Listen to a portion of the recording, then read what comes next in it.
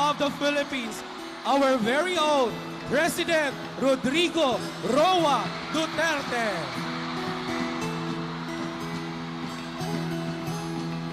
Ikaw ang Pangulo para sa pagbabago. Sawa na ang bayan ko sa magnanakaw na tao. May we request everyone to please be Madilim seated now. na kahapon, ikaw ang mag-aahon. Sa piling mo, di ko mawawala ang korupsyon.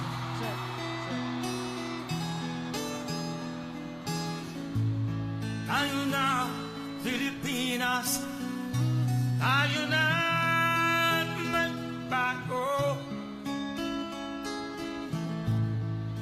Hawak kamay tayo. May we request everyone to please be seated now.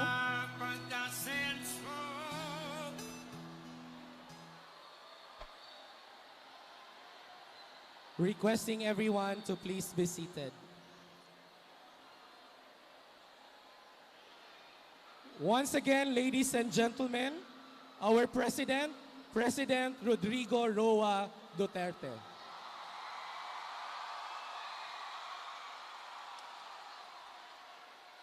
May we request everyone to please be seated as we start our program.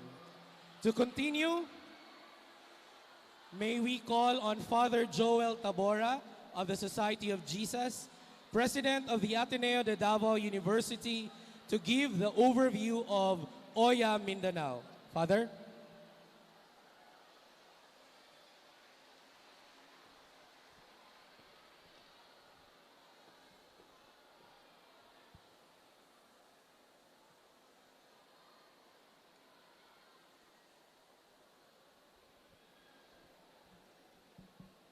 Minamahal na Pangulo,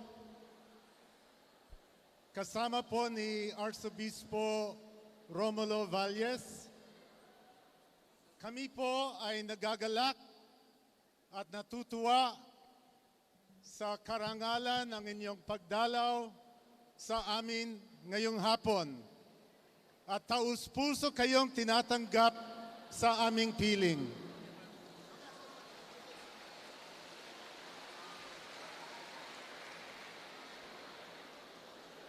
Galing po kaming mga kinatawan ng civil society, mga kinatawan ng mga lumad, mga magsasaka, mga mangingisda, mga civil society organization, mga estudyante at guro, mula sa iba't ibang mga rehiyon ng Mindanao, upang magpahayag ng aming suporta sa inyong nahirang na kalihim ng DENR, si Gina Lopez, at sa inyo, mahal na Pangulo, lalong-lalo na sa mga usapin na may kinalaman sa kalikasan at sa mga mahihirap. Kanina pong umaga, sa isang dialogo namin ni Ma'am Gina, nagpaliwanag kami sa kanya ng aming mga problema.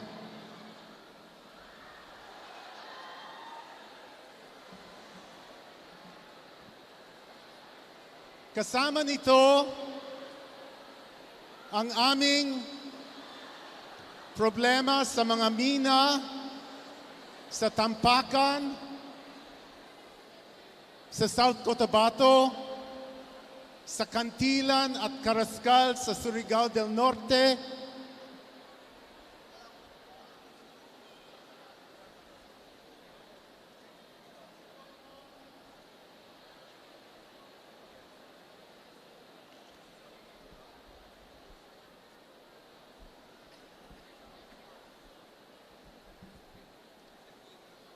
Hello. Sa Siocon at Bayug sa Zamboanga del Norte, sa Hamigitan sa Davao Oriental, mga mina malakihan at maliit na sumisira sa kalikasan, naglalason sa aming katubigan, na sumisira sa kapayapaan sa mga komunidad na mga lumad, na nagnanakaw ng likas yaman na pag-aari ng lahat ng mga Pilipino, pero sa ilalim ng isang hindi makatarungang Philippine Mining Act ng 1995 ay baling ipinamimigay ng walang bayad sa mga dayuhan. Nagsumbong kami sa patuloy na illegal logging or illegal na pagkakahoy sa Surigao del Sur, sa Bukidnon at sa Davao Oriental na sumisira sa aming mga gubat na pinagmulan ng malinis na tubig. Nagpaliwanag kami ng aming mga problema sa mga malalaking hacienda o industrial na taniman, halimbawa ng saging o ng pinya o ng palm oil na sumisira sa sinaunang dami o yaman ng iba't ibang uri ng hayop o halaman sa Mindanao at madalas ay gumagamit ng mga aerial spray na naglalason sa aming hangin, lupa at katubigan. Nagpaliwanag din po kami ng aming mga problema sa mga syudad na mas laan sa mga kotse at daanan ng mga sasakyan kaysa sa buhay, bahay at pangkalahatang kapakanan ng mga tao sa syudad. Kulang na kulang po ang mga syudad sa mga green spaces na napaka-importante para sa kalusugan at kasayahan ng tao sa mga syudad. Ikinatutuwa po namin na nakinig sa amin si Ma'am Gina. Nalungkot siya sa dami ng aming mga problema at naggalit siya sa mga sanhi nito at sa mga nagsasanhi dito. Nagpahayag siya ng kanyang pakikiisa sa amin at kami naman po ay nagpapahayag ng aming pasasalamat at pakikiisa sa Kanya at lalong-lalo na po sa inyo, mahal na Pangulo, sa inyong determinasyon na protektahan kami at ang kalikasan ng bayan laban sa patuloy na pag-uusig galing sa mga mayayaman at dayuhan na matakaw sa pera at walang puso sa mahihirap sa Mindanao. Sabi niyo po, change is coming.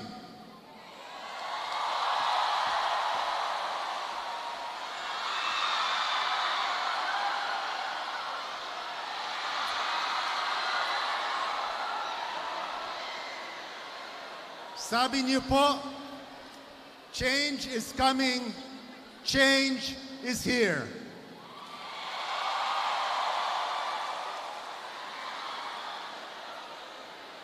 Salamat po, mahal na Pangulo, na nagsasakripisyo kayo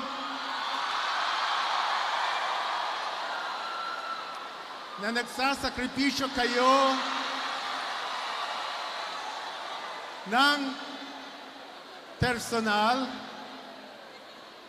para magdala sa amin ng tunay na pagbabago. Mahal niyo po ang Davao. Pero ngayon, misyonero po kayo sa Malacanang.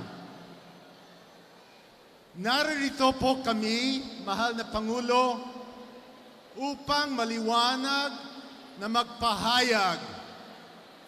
Hindi po nag-iisa si Ma'am Gina sa kanyang pagpupunyagi. Hindi po kayo nag-iisa na nagdadala sa amin ng matagal nang hinahangad na pagbabago. Kasali po kami sa pagbabago. Responsable din po kami para sa pagbabago at kapayapaan. Kasali po kami sa ating revolusyon laban sa kahirapan, laban sa pagsira sa dignidad at bait ng mga tao at ng pamilya ng mga tao, at laban sa pagsira sa kalikasan. Oya Mindanaw! Change is here. At Ma'am Gina, mahal na Pangulo, sa pagbabago na ito, kasali po kami. Magandang hapon po sa inyo. Thank you very much, Father Joel Tabora, President of Ateneo de Davao University.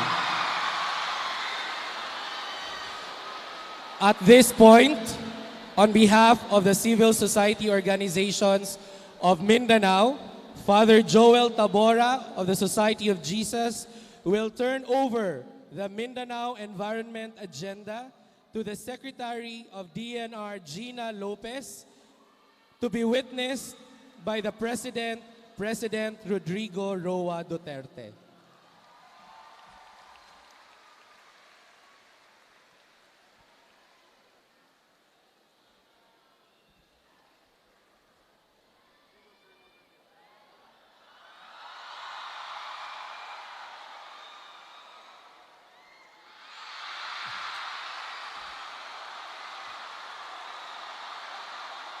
And now, may we call on Secretary Gina Lopez to introduce our guest of honor. Ma'am Secretary Gina, please do the honors of introducing our guest of honor.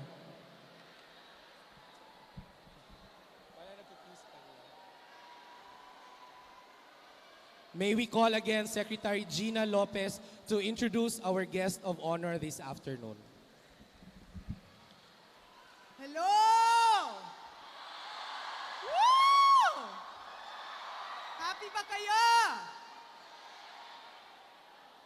Bakit? Mahal niyo bang Diyos? Mahal niyo bang bayan?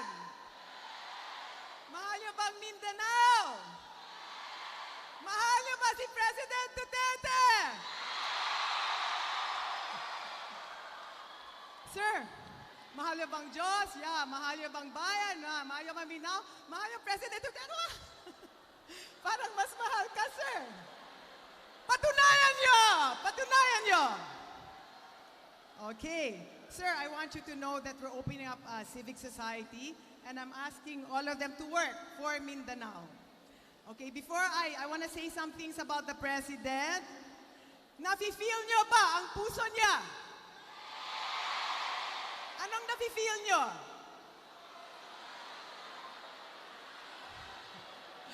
Itong na-feel ko. Okay, talagang nakita ko sa cabinet at habang kinakausap siya, itong na-feel ko. Talagang na sobrang talagang mahal na mahal niya ang Pilipino. Talagang grabe. Tunay yan, hindi plastic, talagang genuine. Ito pa ang alam ko sa kanya.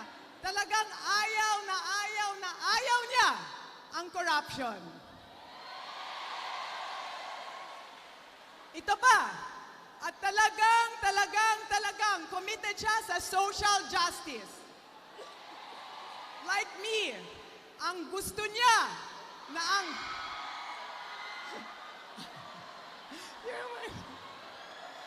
ang gusto niya,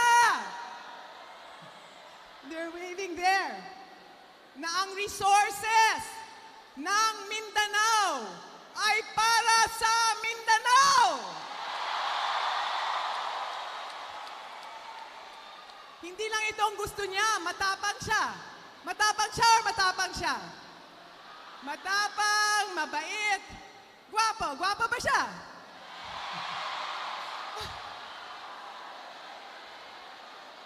This is gonna be the best president we've ever had. Really. Guaranteed, the best. You know why? Because of his heart. You need heart, and you need will, and you need integrity. And itong tatlo, mayroon dyan sa kanya. Okay, so I need all of you to work together for Mindanao. Okay? Okay, so before naalala mo ba yung isang bagsak? Kaya nyo yan? Oh, let's show the President kung gaano kayo gagaling, ha? At sa isang bagsak para kay President Duterte, ha? Magkakagiat ka niyan, ha? Galing sa puso!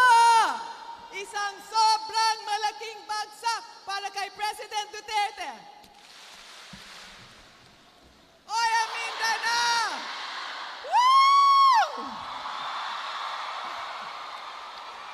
Sir, thank you.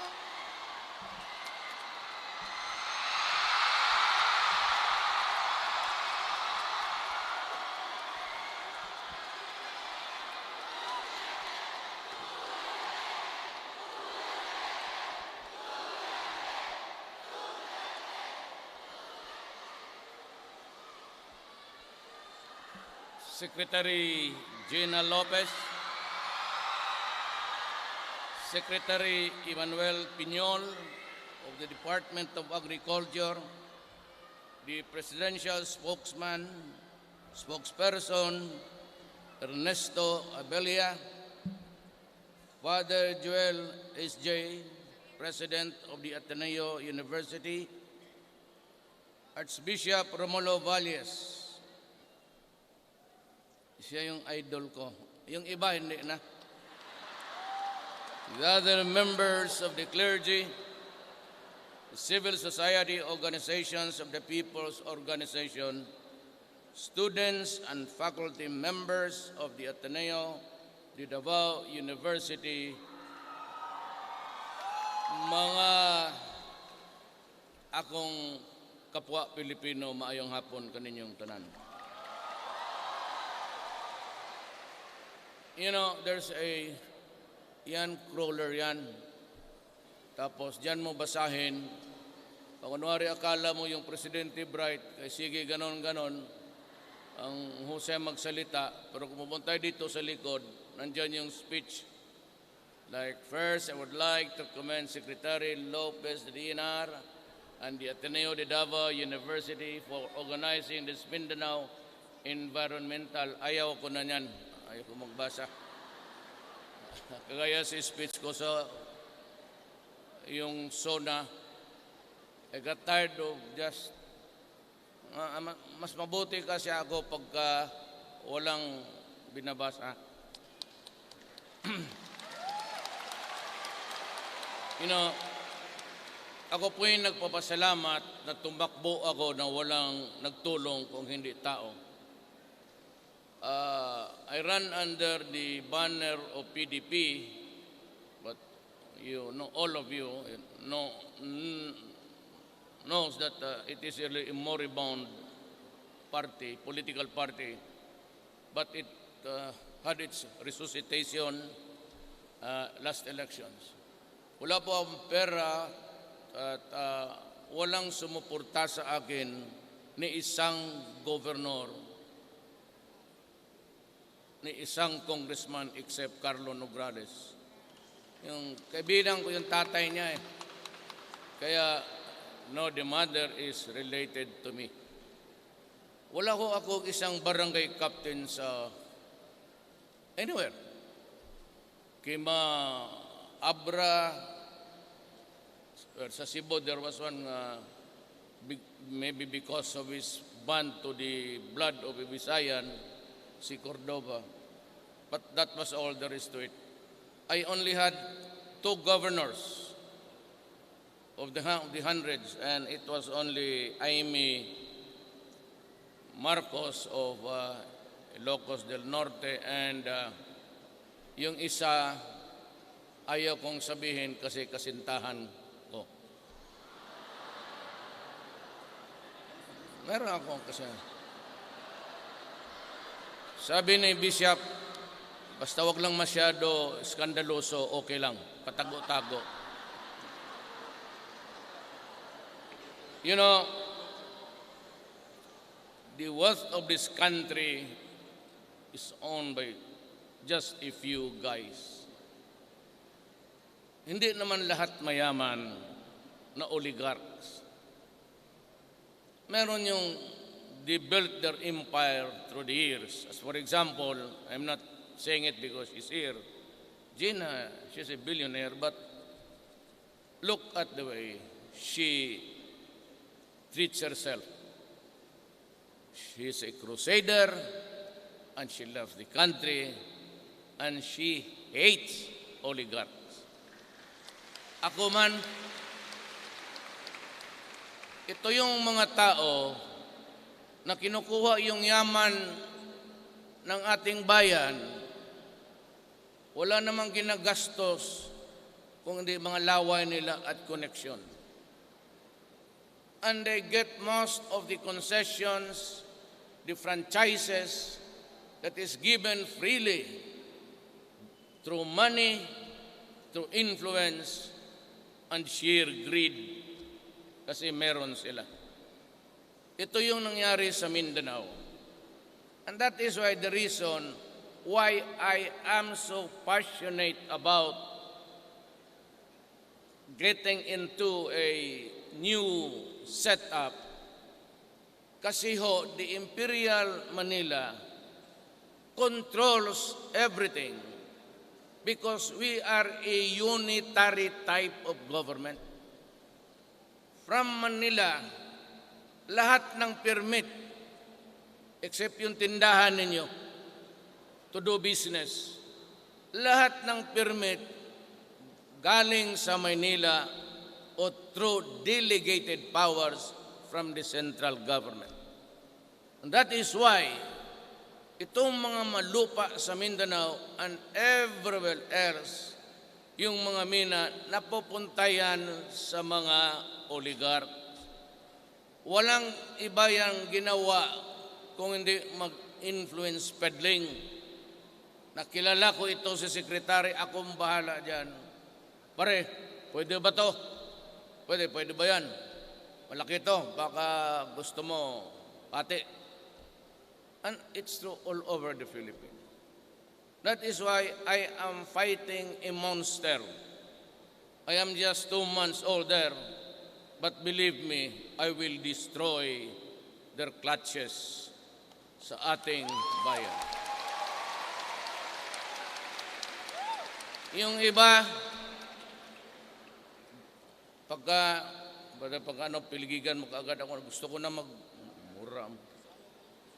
Yung iba, they destroy, for example, Tubay, Agusan del Norte. Pumunta ka doon, parang dinaro. Parang inararo yung bukid as if they're going to plant something there. Di mo alam, kalahati, desert na, kalahati, may mga tanim pa, kahoy. Magtataka ka kung sa malayo, anong itatanim? They are not into planting.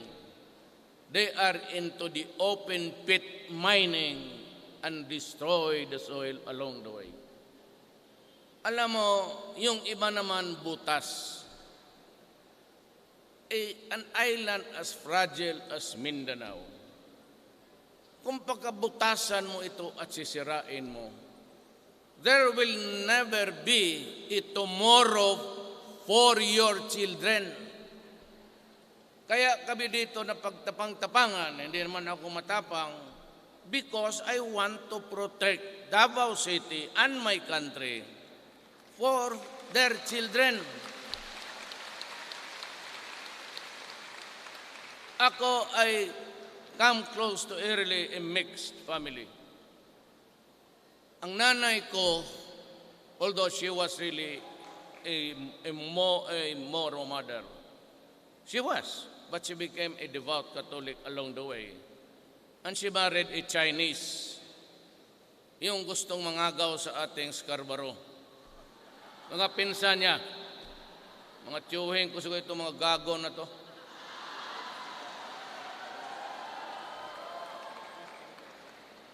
But you know, my grandfather had a wife in China and had a wife here that was my mother, tinana niya. And she became just like any ordinary Visayan lady. But actually, she was a daughter of a Moro, Maranao. Yan, ang ating lupa dito, napupunta lang sa mga may connection. Ang problema nito, itong local officials, kasi sila ang huling baraha to give the environmental clearance for you to start. Kaya that is a source of corruption all over the country. Pagka mayor ang mag-issue ng permit, governor, pera yan. Sigurado yan. Kung hindi mapunta doon sa governor, ayaw niyang tanggapin, pupunta yan sa anak o mga pinsan. So it's really a corrupt society. It sucks, it stinks, but you just have to deal with it. Hindi ako nagyayabang. Pero kung siguro hindi ako naging presidente, I really would not know what will happen to this country. Nakakaawa eh. Then I won, came along Gina Lopez, and I was holding fort dyan sa Panakan for the time being that I was not as yet sworn to be president. So she came to me twice, and every time she would be there, she would open her laptop and say, President, total presidente ka na lang rin eh. Baka may magawa ka dito. And she would talk to me one time 2 hours, and the other time 2 hours and a half. Nung pangalawa sabi ko, it was not a sort of, pero if there is anybody as interested as Gina, sinabi ko sa kanya, Ma'am, ikaw na lang kaya ang mag-secretary of DNR? Sabi niya, ha? Sabi ko, totoo ka, Rudy? Sabi ko, yes. Why would I be blurting it out here in front of so many people? Sabi niya, I'd like to talk to my family. So the following night, she called my aide and said that her family gave the go signal. Because you are here, now, we are still starting, but we will go after mining na hindi sumusunod sa standard. The strictest. I'm telling them that the best practices of mining industry can be found in Canada and Australia. If you cannot follow that standard, I'm sorry. But yet again, maski na legal, we can only hold so much. Iilang butas yang kung bigyan mo lahat na may pera makapag-apply, it would be a wobbling island. Maraming tubig na hindi naman dapat dyan. Well, there's water, but God created the planet just to, dito tubig, dito rocks, dito soil. At sabihin mo legal, and you issue permits, and it would number to thousands. Whether it is legal or not, it will destroy the country. So, there has to be a limit. And along the way, if God grants me life for 6 years flat, we will realize the dream because ayaw ko na talaga. After so much, no more. Gusto ninyo, take advantage of our fertile soil. That is why I need to get a good reading. Kasi ho, pag hindi niyo pumayag rin kayong mga lumad, mga Moro, mga Kristiyanos dito sa Mindanao, ayaw ninyo ng change of government, federal for example, we will continue to be at the receiving end. You have to destroy the political setup. Otherwise, walang pahinga na. Kasi yung mga, lalo na yung mga maro na mayayaman, pati yung mga politiko, sabihin kagad, it's not viable. You know, are separated islands, 7,000 of them, and they will just create, ano mo yung mga ganon? You cannot see behind readily what they mean.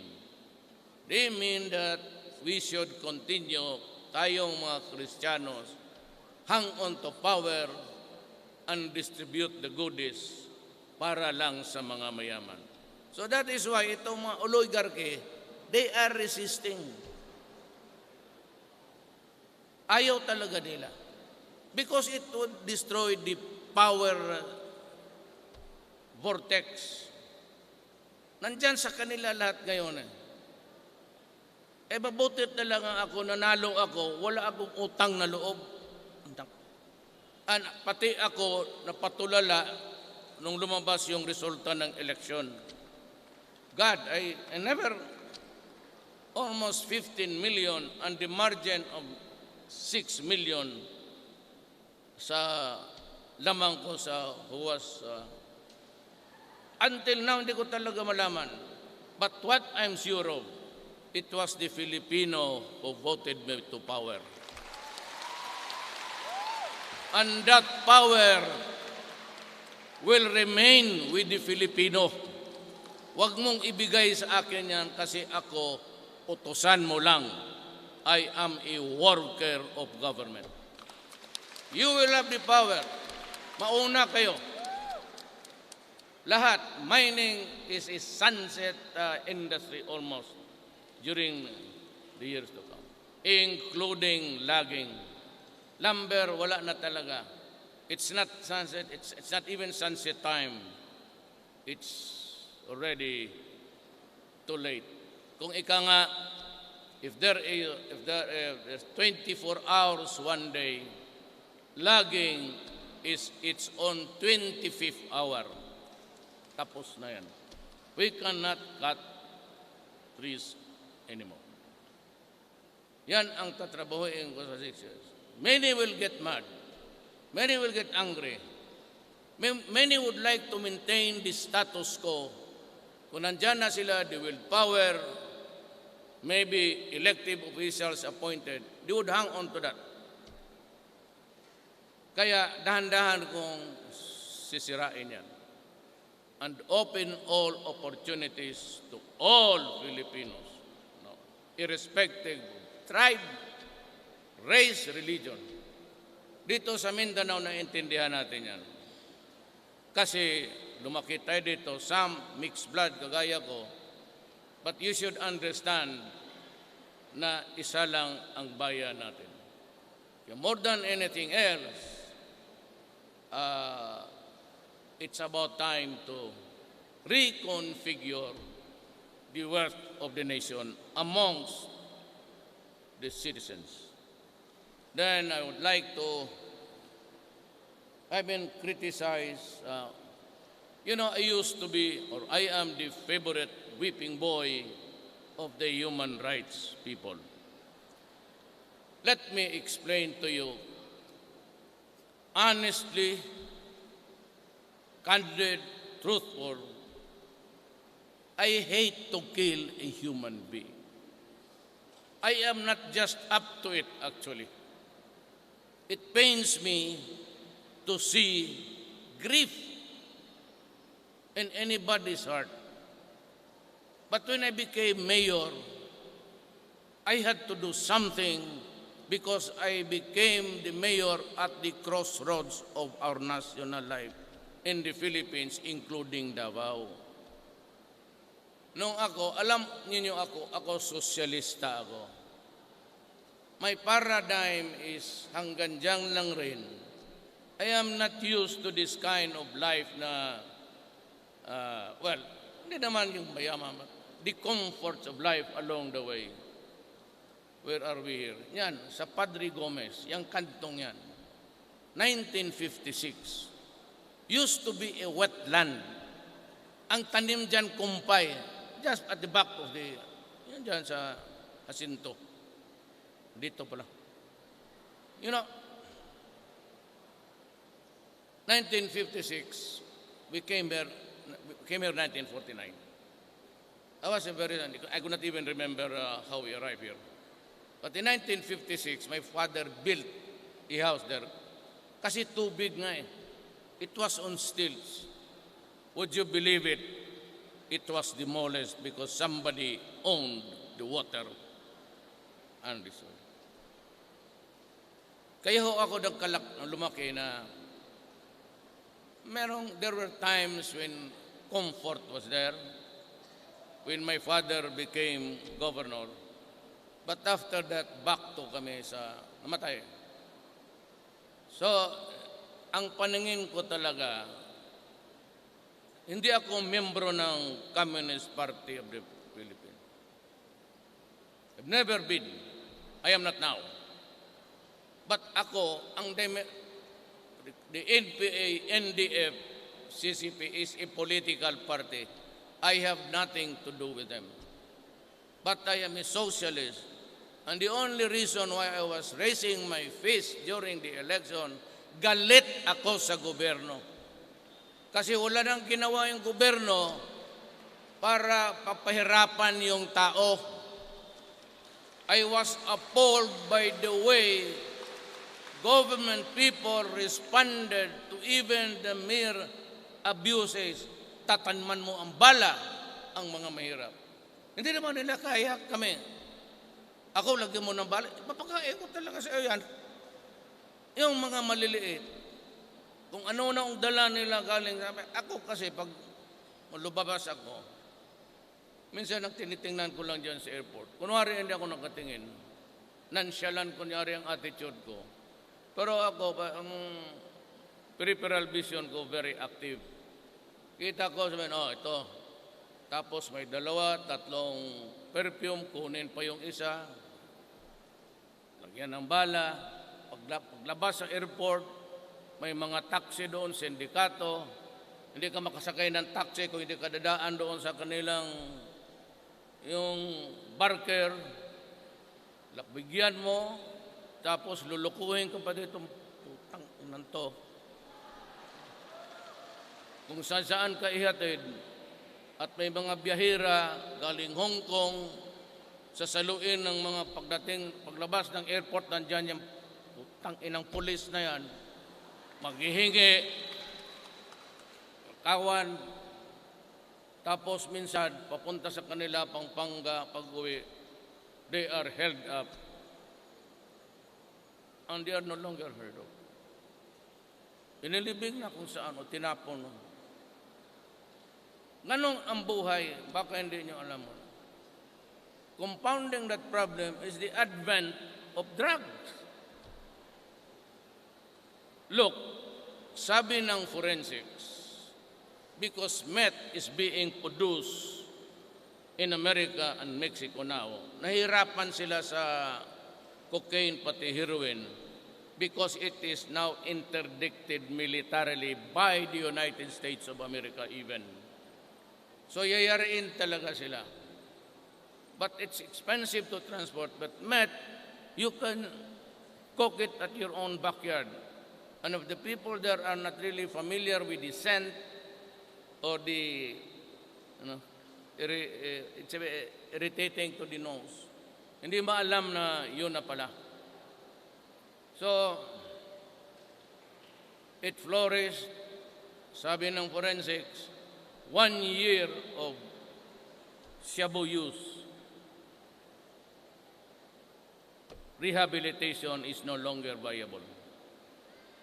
3 years ago, PDEA said, we have about 3 million drug addicts. That was 3 years ago. Now, incremental increase. Place it at a very liberal growth. Lagay mo na lang 3.7. Anong gawin natin dito? Sa addict nga 3.7. Kasi kung pwede lang yung maging galigin ko Carne Norte, yan na lang ipakain ko sa kanila sa prisuan. At alam mo, we hold the distinction of foisting an image of a republic at saan ka nakakita ng bayan ng buong mundo na hinuli mo na nga dito sa labas. At sinasabi ko dyan sa mga pulis, huwag ninyong patayin kay magalit si Dilima, buhayin ninyo. Hatid ninyo doon sa Muntinlupa. Pagdating sa Muntinlupa, ang mga tangina niya lang, magluluto na naman ng siyabo.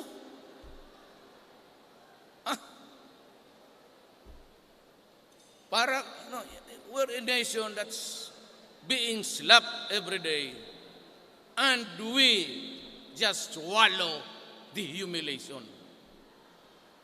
Yan ang problema dyan. At isa pa dito, on the other end of the line of the ang ating 10-watt, 11-dash, meron diyang Abu Sayyaf na hinihiya naman tayo, seasonal, and the torture, and the copy, the ISIS practice of cruelty and brutality.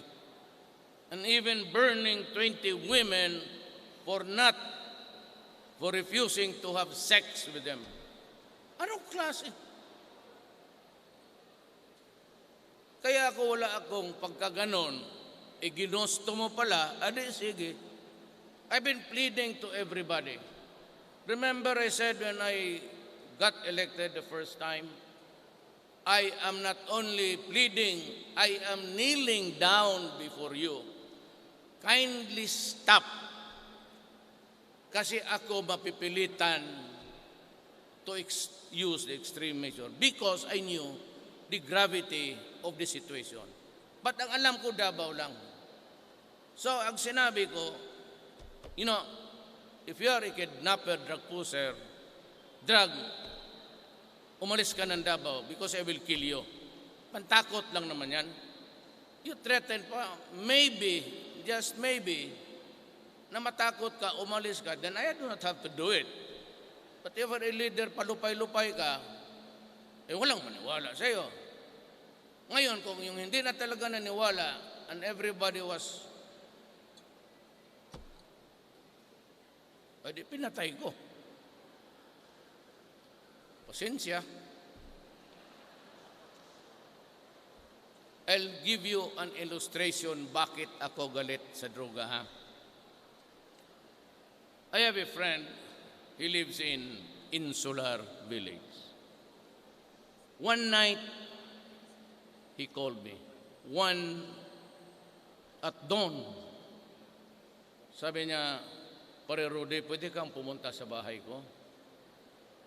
I used to get this, sabi, inom-inom, kaibigan eh. So, bakit? Anong nangyari? Sabi niya, pumunta ka lang dito, sabihin ko na sa'yo. Punta ko, pagdating ko dyan, sa Insular Village. When I arrived at my bahay niya, I could hear the blaring sound ng music sa kanyang wagon or, I don't know, it was a suburban.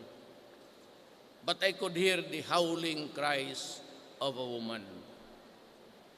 Akala ko something horrible happened. It was horrible, pero ganito ang istorya. So, ano nangyari? Sabi niya, Rod, tawarin mo na ako, but yung baril ko na iwan ko sa drawer, sa opisina ko sa baba ng bahay. Nakuha ng anak ko, pinasok yung kapatid niya.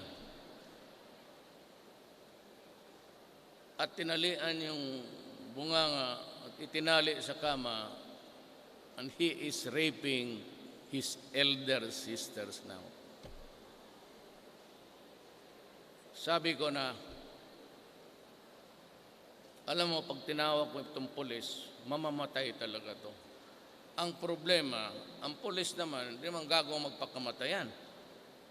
Pagka lumaban yan o magpaputok, baka ba matamaan ang dalawa mong anak?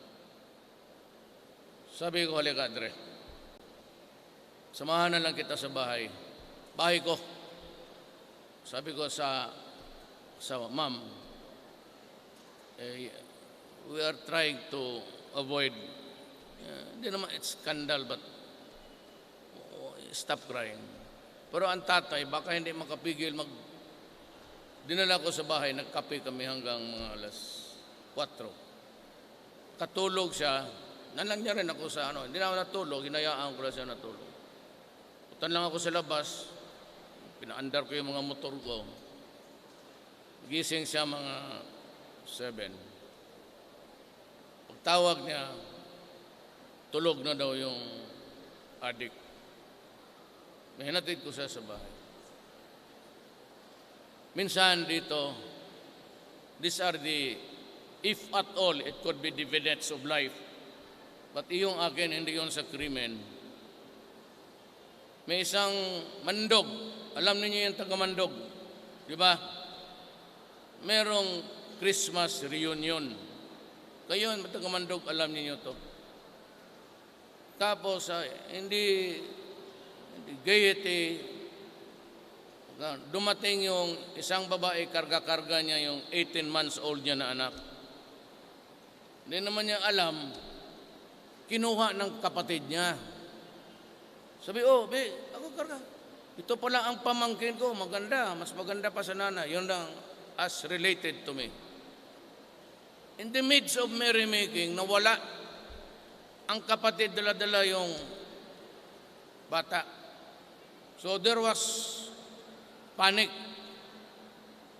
About half a kilometer from the Mandog proper, doon sa kurbada ng river bend, doon nakita ang bata, bukas na ang abdominal cavity, nawasak.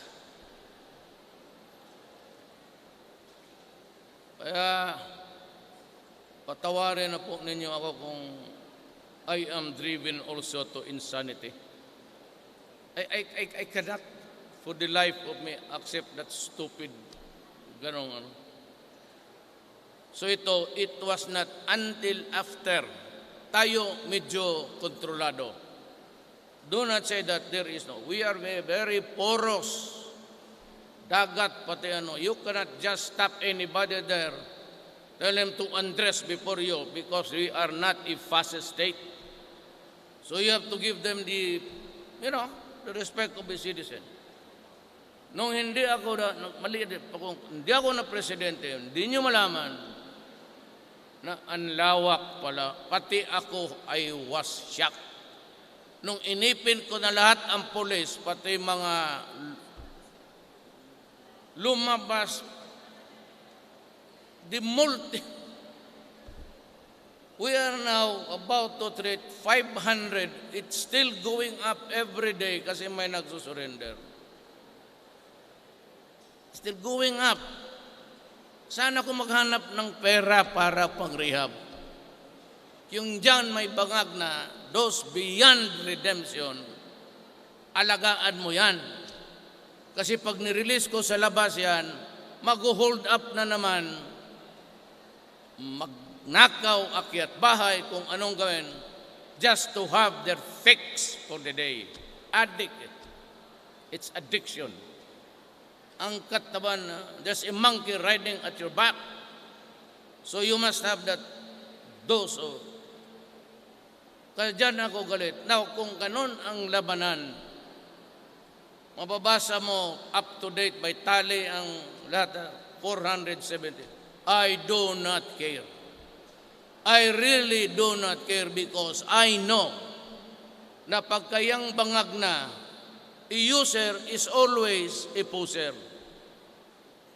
except if you are the son of Ayala, Gokugwe. Kung ikaw lang ordinaryo, taga-tondo, once you get hooked into the drugs, you must find another one to hook with you para siya ang magbigay ng suporta. Siya ang magbili para sa iyo. Yun namang ulol na yun. You know, guys, I know, pag lumusot ka ng Ateneo de Davao, number 1 ka. Nasa level ka ng Harvard o Cambridge. I would like to assume that all of you guys took some sort of an entrance exam, unless you are also a graduate from Ateneo High School. I would like to say to you na siguro ang average IQ ninyo is about 99, 100. Tigas yan. Alam mo, ang tao, alam niya anong mangyari, that it would devastate his life forever. Why would you go into shabu or yung heroin kung mayaman kayo? Mas maganda pa ang heroin. It's not to justify its use, but in the sense of damage, mas maganda pa ang heroin pati cocaine because they are organic. Remember, it's a papi, tanim. Itong shabu is a deadly mix of chemicals. At ang tubig na hinahalo dyan, pariko, mariko. Maawa ka sa sarili mo, tubig ng baterya. And that's why your brain will really shrink. Alam no, meron, hindi lang, pardon mo yun, forgive me for saying this. Meron talaga dito, 3, 4, 5 ang pamilya ninyo may adik. O look at is happening to your family. You know, magnakaw, pati yung bag mo, pati yung cellphone mo, ipagbili, baka plato. And then, what used to be a typical Filipino family is destroyed and becomes dysfunctional family. Yan ang hindi ko matanggap na gawain mo ang Pilipino na gano'n. Papatayin talaga kita. Do not do it. Do not destroy my country because I will kill you. Do not destroy the young. Kasi yun yung aming kapital bukas. Alam mo bakit? Hindi ako milyonaryo. And along the way, maybe after retirement, a few years of comfort. Pero pagtanda ko, sinong magpapakain sa akin ng lugaw? Who will pay the bills sa ospital ko? Sino magbili ng mga medisina ko? If I outlive my children, then it would be the grandchildren. Kasi ikaw, ilagay mo ako sa alanganin. You place me in peril, place me in jeopardy. At kung marami similarly situated kagaya ko, bagsak ang Pilipinas. If there is a nation at all, it will be something of a fractured one, running just because there are people in it. Huwag ninyong gawain yan. Maghanap kayo ng ibang negosyo. Iwasan ninyo yan. Rarami pa to. How much? 400. Kasi yan malalaban talaga eh. Alam ko yan. At sigurado ako may sinalvage. Sigurado rin ako dyan. And we will investigate. Pero yung ganon, may baril talaga yan. At maniwala ka dyan mga pulis na yan.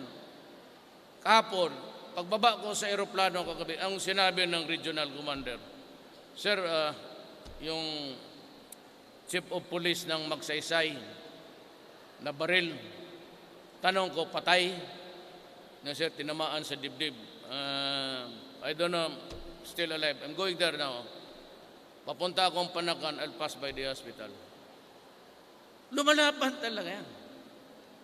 Kaya lang, siyempre, ang pulis, ang kalaban niya, bangag.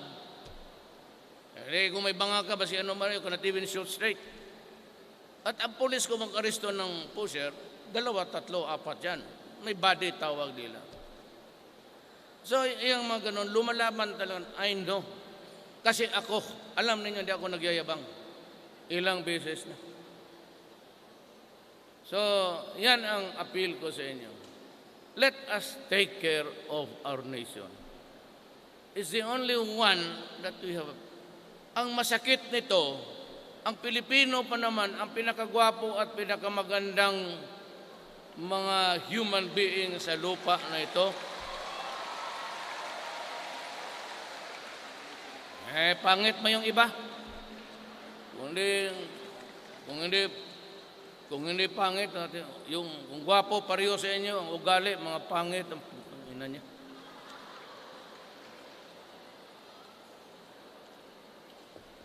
So I'm glad that I had this time with you, and you can be assured that this country, uunahin ko yung maliliit. That's what I told Secretary Gina and kay Secretary Piñol. Unahin ninyo yung, you guys have been to Manila, I'm sure, at one time or another. Kita ka maglipad ka dyan sa Laguna de Bay. Laguna de Bay, puro triangle na fish fence. Ang makita mong open spaces are the distances between one fence to the other. Wala na ang taga-dong gutom na. Kasi wala na silang because general ng pulis, general ng army, mayor, gobernador, o yung mga hustler, yung marunong. Sabi ko sa kanila, dismantle all of those things and give back Laguna de Bay to the poor fishermen of that country. So here, wherever there is inequality, it will be resolved in favor of the poor as against the rich. Kasi ang mga rich, may pera yan. Putulin mo isang negosyo, marami pa sa bangko. It is inexhaustible. Hindi na ubos. Pero ang tao, pag walang medisina, walang pera, patay. I'd like to inform you that PAGCOR is earning something like 30 billion a year on the average. Yung pera na yan, bigay ko kay Ubial, it will be used solely for the medical attention and medicines of the poor. At kung may mahanap ako, itong Philippine Charity Sweepstakes, it is a corrupt agency. Yung mga pabinggo-binggo milyonaryo yan, hawak ng yung loto pati weteng ginano nila. That is the racket, and you would notice I've never appointed anybody there. I'm looking for a killer. Baka ikaw na siguro kaya mo. PCO chairman, barilin mo lahat. You have my blessing. I would like to give you a warning. Huwag ninyo, do not F with me.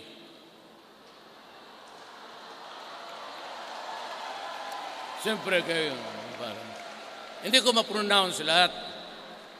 F lang pati C. Huwag ninyo ako, as president, I have the immunity from civil or criminal. Pag naasar ako sa iyo, tawagin kita, barilin kita dyan. Kung naka-presidente kayo ng killer, diferensya niyan. At least, ang pastime ko, patay ng mga masamang tao. Hindi ko inuubos yung panahon ko sa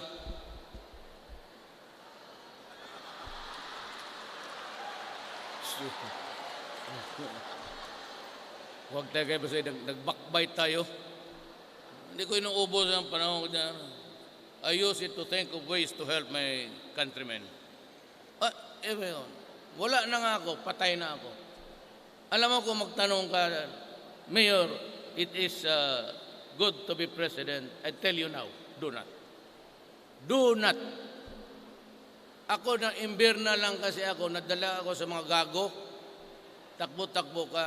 And I was marveled, I was accelerated beyond expectations because naman totoo yung last election and every place, always a multitude of crowds.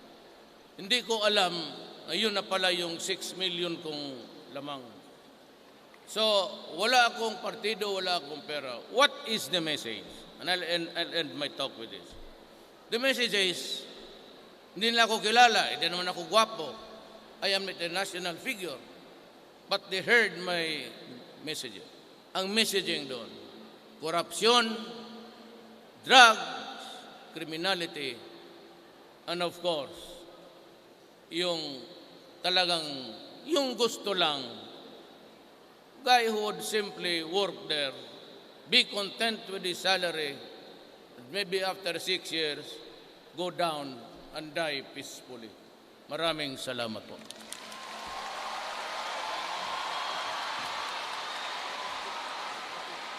Check. Thank you very much, Mr. President Rodrigo Roa Duterte, for gracing us this afternoon. At this point, may we request the President for a photo opportunity with the leaders and organizers of Oya Mindanaw by batch. We will start with the Ateneo Organizing Committee and some of its administrators. We would like to remind Regions 9, 10, 11, 12, Caraga, and ARMM to stand by my left side, ready to be called. So dapat naka-ready na po. We're starting with Ateneo Organizing Committee and some of its administrators.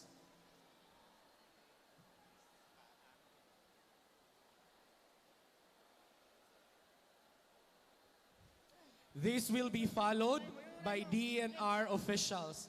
So may we request DNR officials to be ready as well. And then sunod-sunod na po per region.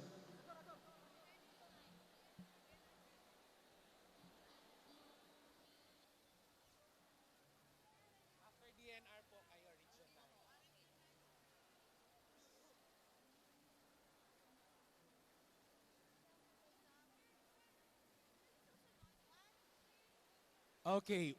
1, 2, 3, smile. Thank you very much, Ateneo. May we call on DNR officials who are present. Let's call in the DNR officials. Exit po sa kabila, right side. DNR officials, the succeeding groups, may we remind you na ang exit point natin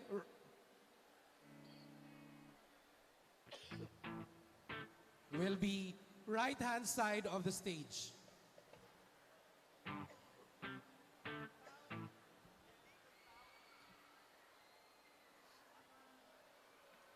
All DNR officials on stage.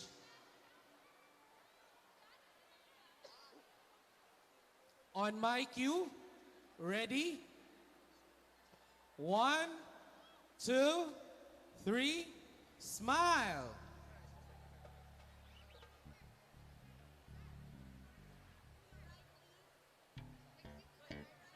Okay, thank you very much, DNR. Please exit to your right. Please, wag na po muna tayong mag-selfie with the President. We already have our group photo. Exit to your right, please, DNR officials. Thank you very much. Now, let's call in Region 9. Region 9 delegates.